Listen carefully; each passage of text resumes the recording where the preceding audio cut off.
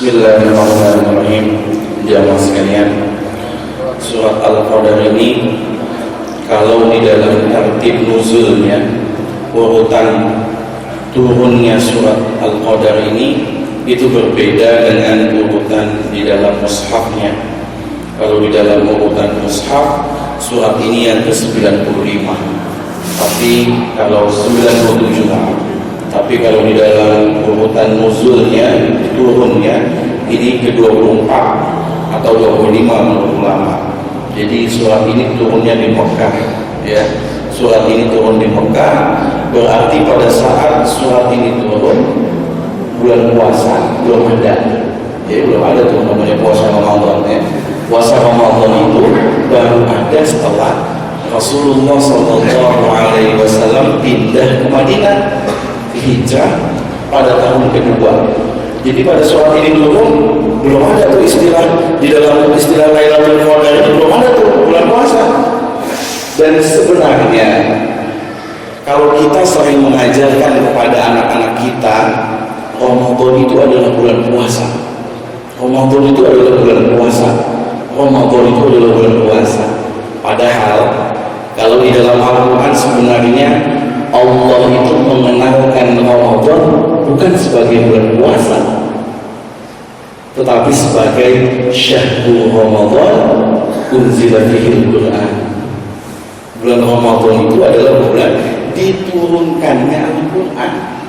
Baru ayat selanjutnya, dalam ayat itu yang terakhir, baru faman syahida minkum syahr falyasum. Baru kalau siapa yang melihat hilal bulan Ramadan maka dia berpuasa. Jadi sebenarnya Allah itu mengenalkan bulan Ramadan pada awalnya bukan sebagai bulan puasa, jadi sebagai bulan turunnya Al-Quran.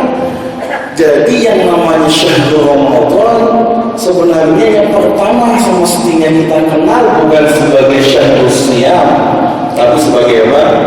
Syahrul Quran, bulan diturunkannya Al-Quran.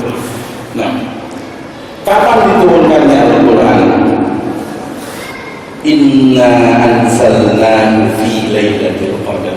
Sesungguhnya kami menurunkannya di dalam Lailatul Qadar. Berarti Ustaz, Lailatul Qadar sama nuzul Quran sama? Enggak, beda. Nah, ya. Wah, nuzul Quran itu tanggal 17 Ustaz, berarti Lailatul Qadar itu tanggal 17? Enggak, beda. Kenapa? Karena turunnya Al-Quran menurut para ulama itu ada dua. Yang pertama turunnya dari Al-Kalamul Dzati, dari Al-Lauhul Mahfuz, dari sebuah tempat entah di mana itu. Disitulah segala sesuatu itu direncanakan oleh Allah Subhanahu Wa Taala, ditulis, dicatat di Lauhul Mahfuz. Dari Lauhul Mahfuz turun ke dalam Baitul Izzah atau langit dunia itu pada malam Lailatul Qadar, ya. Baru kemudian setelah dari Baitul Izzah turun kepada Nabi selama 23 tahun, turunnya berangsur-angsur, bertahap sesuai dengan kondisi Nabi. Jadi kadang-kadang keluar 3 bulan, kadang turun wahyu 1 hari sekali, kadang turun lama nggak turun 3 bulan, kadang turun tiap minggu. Jadi gitu. Jadi Al-Quran turunnya selama berapa tahun? 23 tahun. 13 tahun di Mekah, 10 tahun di Madinah. Nah, jadi nuzulnya nuzul yang pertama ini, makanya ada istilah inzal. Inna anzalnahu. Inzal itu berarti turunnya langsung, ya. Ada istilah tanzil, wa nazzalnahu tanzila, turunnya bertahap. Jadi Lailatul Qadar sama nuzul Quran beda, ya. Nuzul Quran itu 17 Ramadan menurut pendapat yang paling kuat. Ada yang bilang 21 Ramadan, ada yang bilang 17. Kalau Lailatul Qadar sendiri artinya apa? Nah, para ulama berbeda pendapat. Ada 3 menurut para ulama artinya Al-Qadar. Lailatul Qadar yang makna pertama, Al-Qadar maknanya sempit. Maknanya apa? Sempit. Jadi Lailatul Qadar maknanya malam yang sempit. Kok bisa malam itu sempit? Para ulama mengatakan tanazzalul malaikatu wa ruh fiha. Pada malam itu semua malaikat yang ada di langit turun ke bumi. Bahkan pembesarnya sekali yang namanya malaikat Ar-Ruh, yaitu malaikat Jibril alaihissalam, itu turun ke bumi. Saking banyaknya jumlah malaikat di bumi ini, semuanya turun. Sempit ini yang namanya bumi. Jadi saking banyaknya di Lailatul Qadar itu semua malaikat turun ke bawah. Kalau kita kemudian bukan kebetulan, nggak ada istilah kita dapat kebetulan bulan Lailatul Qadar itu kagak ada. Pengen ke masjid lah, pengen zikiran, itikaf kali aja dapat Lailatul Qadar, kagak ada ceritanya. Ya, nggak ada ceritanya orang dapat Lailatul Qadar karena beruntung itu kagak ada. Tapi Lailatul Qadar itu pasti datang kepada orang yang sudah siap dan menyiapkan untuk mendapatkan bulan Ramadan dan Lailatul Qadar. Kenapa? Ibaratnya kalau Lailatul Qadar itu adalah tamu yang sangat mulia, tamu yang agung sekali. Siapa? Misalnya anggap saya presiden misalnya, tamu yang sangat agung datang kepada satu tempat, ya semuanya pengen ketemu, pengen ngejamu, pengen didatangin rumahnya. Kira-kira itu tamu agung datangnya siapa? Pasti kepada tuan rumah yang memang sudah sangat siap dan menyiapkan.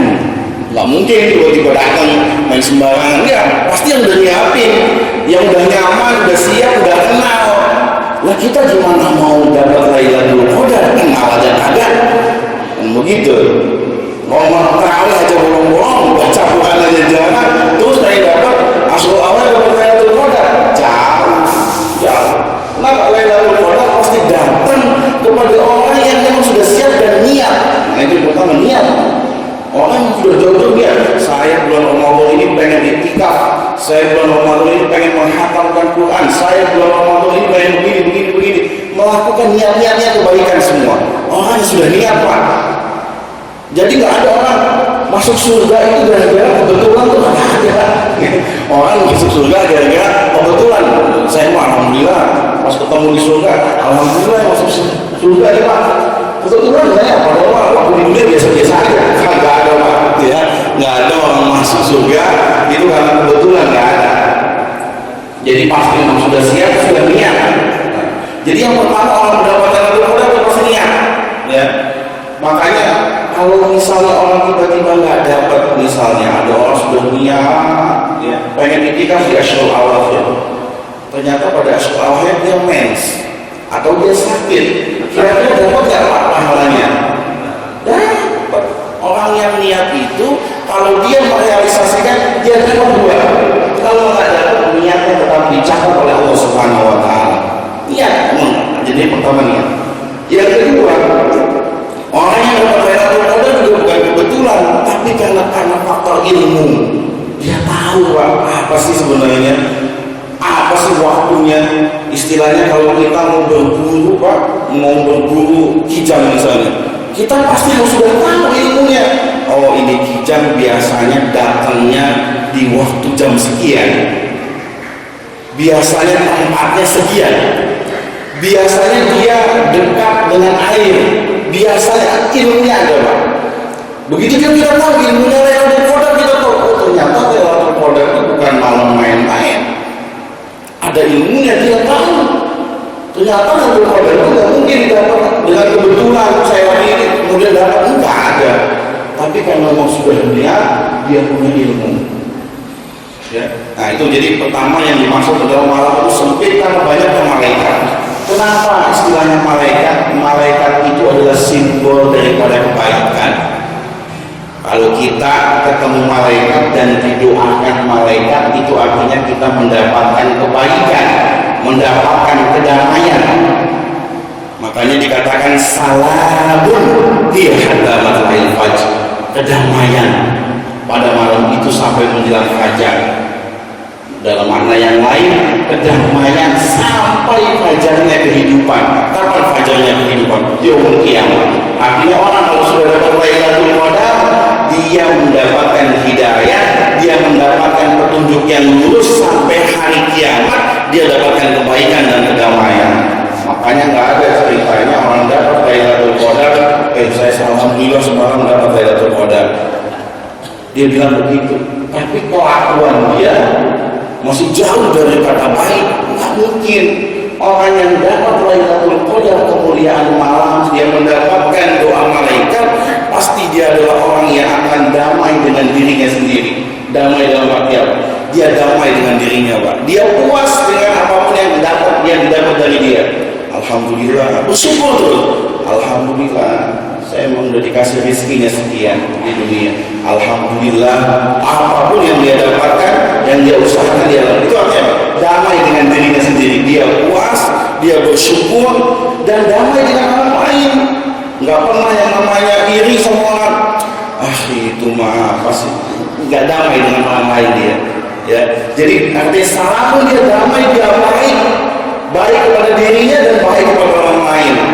Itu Pak. Jadi Lailatul Qadar itu adalah orang yang mendapatkannya pasti dapat kebaikan. Bukan berarti Lailatul Qadar itu ibaratnya kayak dapat lotre. Dapat malam, semalam itu malam Lailatul Qadar.